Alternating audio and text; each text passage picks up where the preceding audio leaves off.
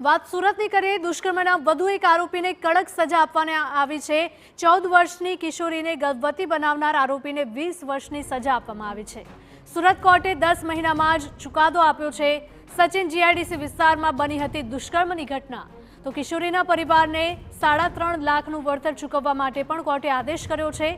આરોપી અંશુસિંહ ચૌહાણે કિશોરીને પ્રેમ જાળમાં ફસાવીને બળાત્કાર ગુજાર્યો હતો। વારંવારના શારીરિક સંબંધો બાંધવાને કારણે કિશોરી ગર્ભવતી બની ગઈ હતી। 14 વર્ષની કિશોરીએ બાળકને જન્મ પણ આપ્યો હતો। સંવાદદાતા બળદેવ જોડાઈ ગયા છે વધુ માહિતી સાથે। બળદેવ, સુરતની આ ઘટના છે, દુષ્કર્મના વધુ એક આરોપીને કડક સજા।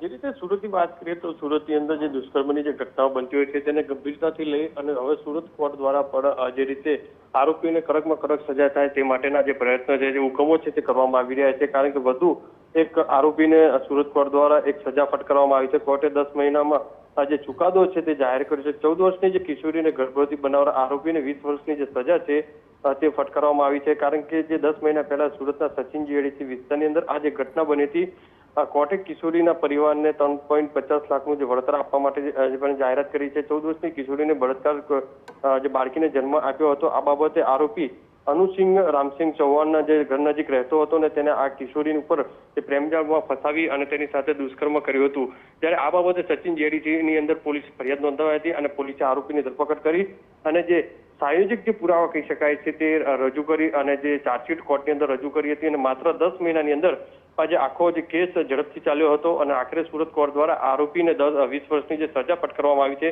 એટલે કહી શકાય છે કે હાલમાં જે રીતે કોર્ટ દ્વારા જે કડક વલણ અપનાવવામાં આવી રહ્યું છે, આ રીતની જે ઘટનાઓ છે ક્યાંક ને ક્યાંક રોકવા માટેનો જે પ્રયાસ કરવામાં આવી રહ્યો છે।